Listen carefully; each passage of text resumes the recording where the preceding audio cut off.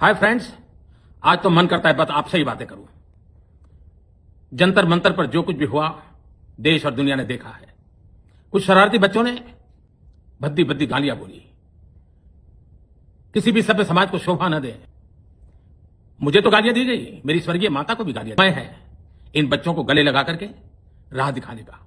ये गुमराह बच्चे हैं। आखिरकार मोदी जी ने उन सभी बच्चों को माफ कर दिया जो एकदम निहायती बदतमीज, वाहियात, बेकार और निकम्मे बच्चे थे, जिन्होंने उन्हें टोकरी भर भर के गालियां दी और उनकी माँ को भी बेइज्जत किया।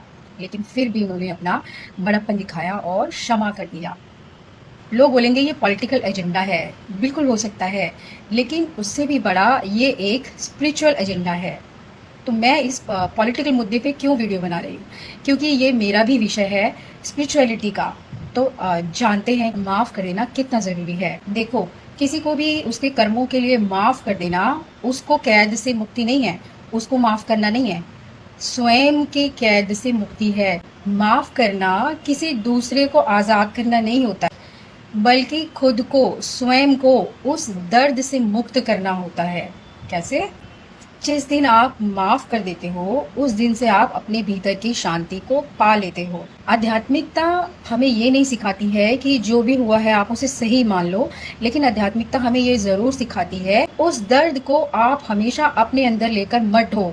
उस दर्द से आपको मुक्त होना पड़ेगा, क्योंकि जब तक हम किसी के प्रति भी क्रोध, शिकायत और नफरत से भरे हुए रहते हैं तो सबसे ज्यादा नुकसान हमारा है, उस दूसरे व्यक्ति का नहीं है। सारा नुकसान हमारे बॉडी के अंदर ही हो रहा होता है, हमारे मन और मस्तिष्क पे इसका पूरा बुरा असर पड़ रहा होता है। लेकिन हम सोचते हैं हमें तो बदला चाहिए। बदला, आप बदला लेते रहो, आपका कर्म किसी भी जन्म में नहीं कटेगा। क्योंकि रियल स्पिरिचुअलिटी इज ये हमें यही सिखाती है, आपके साथ अगर कुछ भी बुरा हुआ है, किसी ने भी बुरा किया है, तो आपने उसके साथ किया हुआ है, इस जन्म में नहीं तो अपने पास्ट लाइफ में, पास्ट कर्मास में। और अगर आप उसको शांति से स्वीकार कर लेते हो और माफ कर देते हो तो आपका कर्म जो है वहीं पे नष्ट हो जाता है, नष्ट होना शुरू हो जाता है।